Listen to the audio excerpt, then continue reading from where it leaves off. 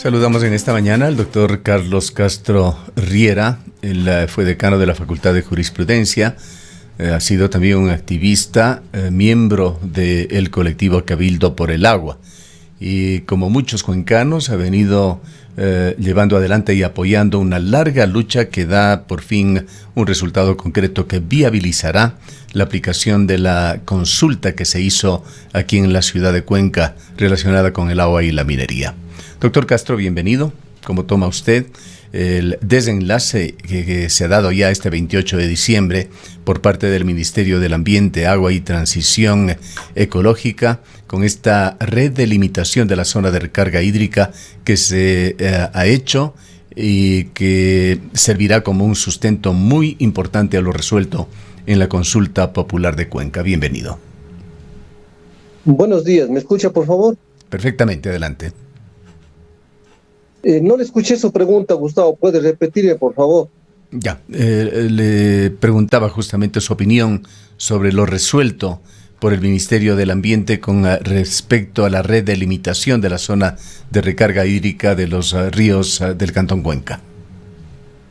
Bueno, al respecto opino de que se cumple al cabo de algún tiempo la delimitación de las zonas de recarga hídrica que fueron ordenadas por el pueblo de Cuenca en la consulta popular que se desarrolló en torno a tratar de conseguir la prohibición de la explotación de la gran minería metálica en las zonas de recarga hídrica de los ríos Tarqui, Yanucay, Tobebamba, Machangara y Norcay. Y claro que esta resolución del MATE da cumplimiento, aunque tardíamente, a esta resolución del pueblo cuencano y también de la Corte Constitucional. Veo que de alguna manera se amplía inclusive las áreas de protección hídrica respecto de las áreas iniciales que había establecido etapa, lo cual es importante porque la interpretación que ha hecho el Ministerio del Ambiente, del Agua y Transición Ecológica guarda relación con la con la Constitución de la República, en el sentido de que las interpretaciones de esas normas deben hacerse con criterio más bien expansivo, extensivo, en cuanto a la aplicación de los derechos de la naturaleza y los derechos humanos. Y esta ampliación de las zonas de recarga hídrica para proteger esos recursos para Cuenca me parece que son fundamentales.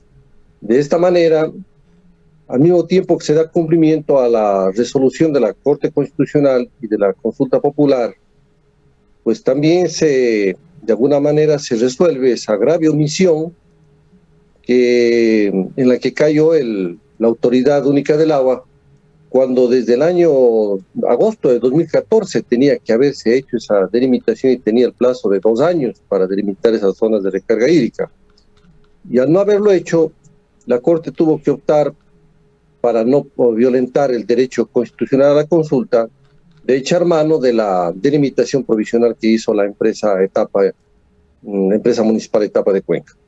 Se ha tenido el tiempo ya, doctor Castro, de hacer una revisión de estas coordenadas, de cotejar con aquello que fue propuesto desde diversos sectores de la ciudad de Cuenca, particularmente de Etapa, que fue un actor muy importante en estos últimos tiempos. Son 1.919 kilómetros cuadrados los que se verán afectados positivamente, por supuesto, en términos de protección, por esta decisión del Ministerio del Ambiente. Aún no tenemos la publicación, Gustavo, en el registro oficial de este acuerdo ministerial, y con la promulgación en el registro oficial, ese acto administrativo de carácter reglamentario muy importante emitido por el MATE, será por lo tanto obligatorio para las instituciones públicas, las que componen el sector público, para los ciudadanos y por supuesto para todos los servidores públicos a nivel nacional. Una vez que se haga la publicación en el registro oficial, entonces podríamos tener un criterio más oficial en virtud de esa promulgación. Mientras tanto, entiendo que el Consejo Cantonal de Cuenca deberá prestarse para normar o incorporar esta delimitación en lo que constituyen los planes de desarrollo y ordenamiento territorial y el plan de uso y gestión del suelo.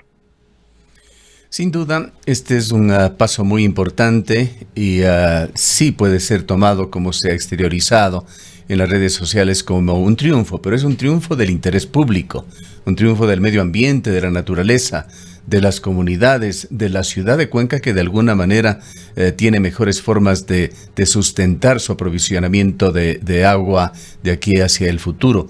Coméntenos un poquito cómo se ha dado esta lucha, cuáles han sido los principales hitos. Algunos de ellos son historia reciente, como lo dictaminado el 18 de septiembre de 2020 por la Corte Constitucional, así como la consulta popular que se celebró el 7 de febrero de 2021 y en donde hubo una clarísima decisión de los cuencanos. Bueno, esta batalla que se ha ganado, Gustavo, es una batalla y un triunfo colectivo que no puede ser apropiado por ninguna persona, por más relevante o más o menos relevante que haya sido su actuación.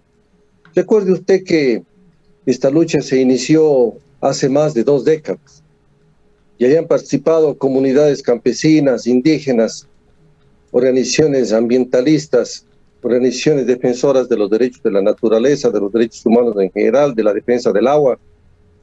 Ha participado también en su oportunidad los consejos cantonales y consejos provinciales cuando expidieron sus resoluciones.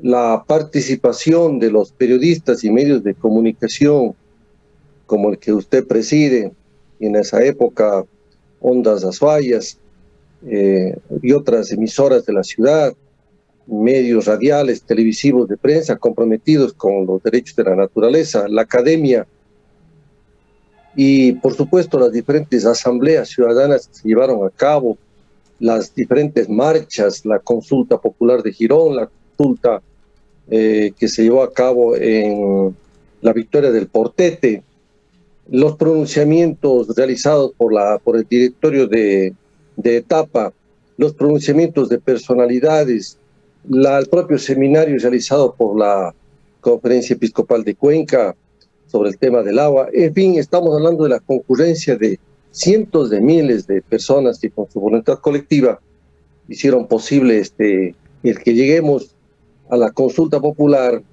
y que lleguemos a que la Corte Constitucional emita un dictamen favorable, donde allí jurídicamente se pudo contribuir. No olvidemos la importante actuación del Cabildo del Agua, en donde se dio la iniciativa para pedir al GAT municipal de Cuenca que convoque al Consejo Cantonal para que se pronuncie sobre este tema y solicite la consulta popular a la Corte Constitucional. Estamos hablando, por lo tanto, de que esta batalla, este éxito, esta lucha ganada hasta el momento, es un patrimonio de todos los cuencanos y cuencanas que no merece ser apropiado por nadie.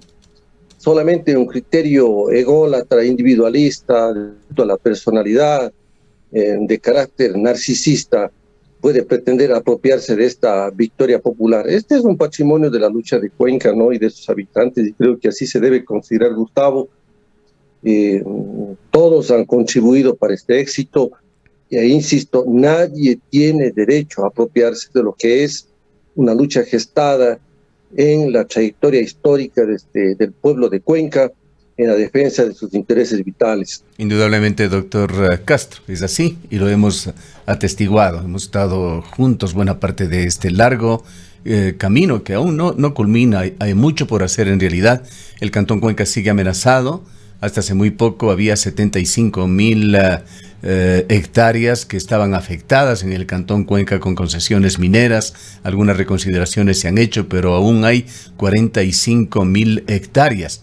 Y cabe indicar que prácticamente el 100% de estas están en bosques protectores y en zonas de páramo del Cantón Cuenca. Estos son balances y análisis muy importantes que habrá que realizar con respecto a esta decisión que ha tomado el Ministerio del Ambiente, pues seguramente en estas áreas bastante grandes, reiteramos que la zona afectada es afectada por esta decisión del Ministerio del Ambiente es de casi 2.000 kilómetros cuadrados. Muchas zonas de estas estarán probablemente concesionadas a mineras. Efectivamente, Gustavo, la amenaza continúa.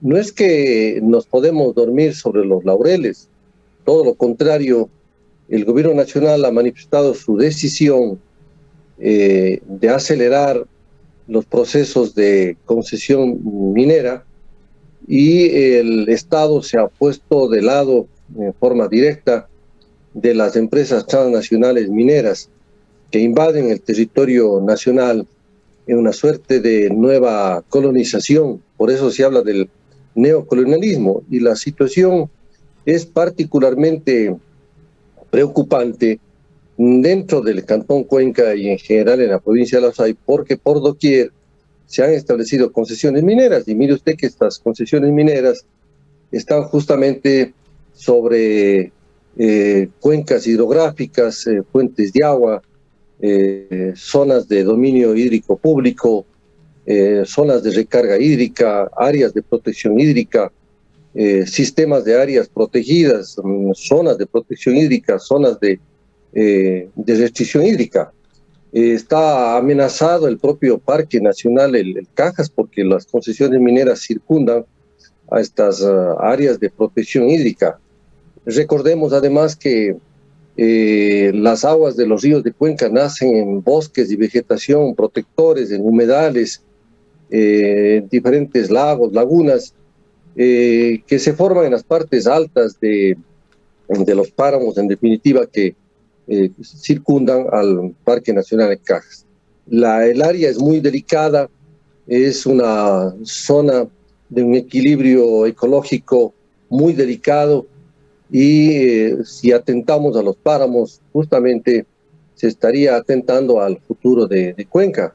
De manera que esto obliga a que las autoridades inmediatamente creen otras formas de resguardar, de colocar candados a esta resolución de la delimitación de las zonas de restricción, de zonas de recarga hídrica, comenzando, Gustavo, porque urgentemente se las incorpore estas zonas dentro del plan de desarrollo y ordenamiento territorial y dentro del plan de uso y gestión del suelo. Esta ya es una labor que compete al Consejo Cantonal y aún más, Gustavo, en uso de las atribuciones constitucionales que le otorga la ley fundamental del Estado. El GAD municipal en Cuenca puede dictar una cantidad de normas y resguardar territorios en función de su ordenamiento territorial para justamente proteger lo que hemos dicho siempre constituyen estos territorios estratégicos para el desarrollo del Cantón Cuenca. En esto tiene que haber un miramiento amplio, ciudadano, responsable de las propias cámaras de la producción, porque sin agua Cuenca es nada. O sea, en todas partes del mundo hoy el problema del agua es fundamental, y para Cuenca esta constituye una ventaja comparativa. Por eso el Consejo Cantonal, las entidades públicas y los ciudadanos tenemos que apoyar toda acción que permita resguardar, poner candados a este afán de querer quitarnos hasta los páramos de nuestro cantón, de nuestra provincia. Hay realmente cifras extraordinariamente grandes que exhibe el gobierno, que exhiben las compañías mineras, de los valores que podrían generarse como riqueza aquí en el país por la minería. Analizando un poco más con lupa estas cifras, es evidente que por lo menos el 70 o el 80% de estas megacifras irán afuera del país, serán las beneficiarias las propias mineras. Las cantidades que quedan en el país son menores en el mejor de los casos, en largos periodos además de concesiones que por lo menos van por 30 años, si no más, para los distintos proyectos. El Estado ecuatoriano apenas recaudaría un equivalente a un 0,8% del PIB, es decir que en el mejor de los casos, hablando de ingresos económicos, no va a ser un efecto importante, algo que realmente ponga en la balanza los riesgos que se están dando con respecto a la naturaleza. Hay costos solamente de monitoreo, por otra parte, que hablan muy poco las compañías mineras y el propio gobierno del señor Guillermo Lasso. El monitoreo de los proyectos mineros costaría al Estado unos 14.500 millones de dólares. Lo cierto es que las cifras del gobierno y las mineras omiten los costos que generará la reparación integral, no solamente a la naturaleza, también a las comunidades y en el caso concreto nuestro, a la ciudad. Son cifras, Gustavo, expuestas con habilidad y que no revelan objetivamente lo que en realidad significa para el Estado la explotación minera. Las grandes empresas transnacionales mineras se llevan la mejor tajada y hemos reiterado que para nosotros nos quedan los grandes costos de reparación ambiental. Este hecho ha sido ya demostrado en varios estudios económicos. Diferentes economistas han publicado obras en el país donde se demuestra de forma pormenorizada la relación entre las inversiones de las mineras, los réditos que se obtienen por la minería, la cantidad que de estas utilidades o regalías mineras van hacia el exterior a estas compañías transnacionales y lo que realmente le queda al Estado ecuatoriano, y la comparación entre las regalías que le queda al Estado ecuatoriano con lo que tendría que invertir el Estado para hacer estas reparaciones ambientales. Lo que pasa es que hay una manipulación de las cifras en la época de la posverdad. Es muy fácil manipularla y con el auxilio de instrumentos tecnológicos es muy fácil engañar a la conciencia ciudadana, es muy fácil manipular las cifras y presentar como esta fuese la salvación nacional. Todo lo contrario, Gustavo. Las experiencias mundiales nos muestran cómo la actividad minera solamente deja desastres para los pueblos.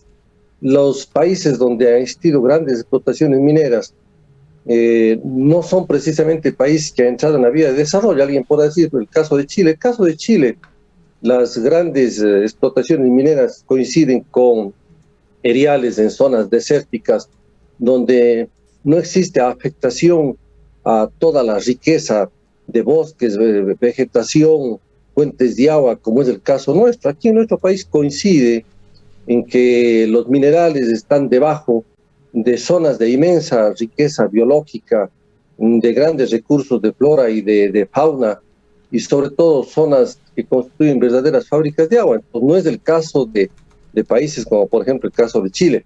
Pero en otros países del mundo donde se ha realizado la explotación minera, pongamos el caso concretamente de África, esa explotación minera solamente ha traído desastres, penurias, descomposición de las comunidades rurales, enfrentamientos entre las mismas, e inclusive hasta ahora vemos nosotros accidentes con relaveras mineras y frente a los cuales simplemente no dicen nada las grandes empresas transnacionales. Vea usted el caso ahora, por ejemplo, del propio Cantón Zaruma.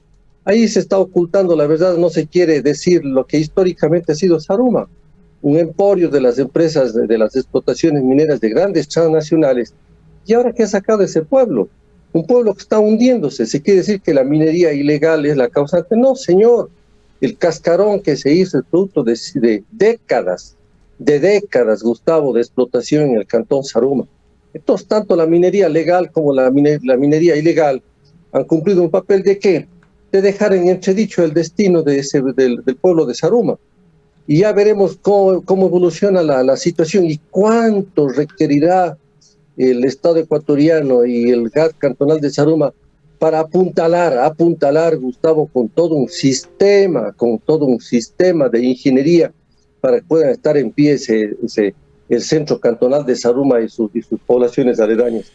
De manera que nosotros somos necios, la humanidad es necia, Gustavo, se contemple el cambio climático, las consecuencias del arrasamiento y el agotamiento de la naturaleza, y estamos vísperas de un suicidio colectivo de la humanidad.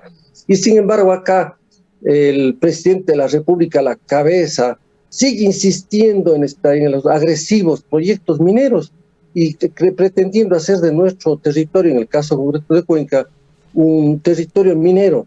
¿Qué les pasa? Pues por eso es que tenemos que defender, Gustavo, nosotros, esto que es el destino vital nuestro y de las futuras generaciones. Hay argumentaciones, doctor Castro, de que hablan de que la minería hay en todo lado, hay por lo menos en muchos países. Usted se ha referido ya a particularidades que sí lo permiten en otros países, pero hemos presentado a lo largo de las emisiones diarias en este año varias importantes entrevistas. Entre ellas recomendamos a nuestros oyentes ingresar a nuestra página web www.antena1.com y escuchar, por ejemplo, a uno de los expertos académicos, al francés William Sacher, quien habla de las particularidades del país y del por qué en Ecuador no se debería dar cabida a la minería a gran escala.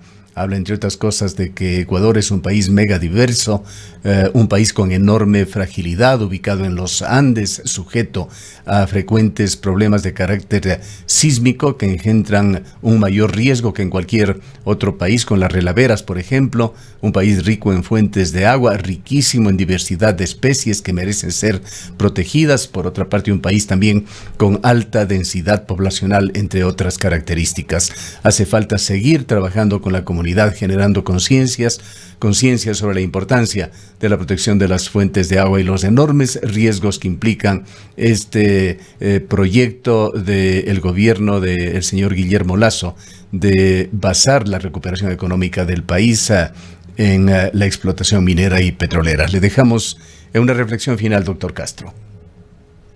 Bueno, la reflexión final, luego de escuchar sus palabras, es que para los intereses del capital transnacional minero, no le interesan los datos de la ciencia. Yo no sé qué ocurre con la humanidad, Gustavo. Ahora creo que hay que hablar ya en términos globales, porque el desastre es global. Lo que viene después de esta pandemia del COVID-19 es peor que ninguna pandemia nunca vista por la humanidad. Me refiero al cambio climático y los desastres que está generando.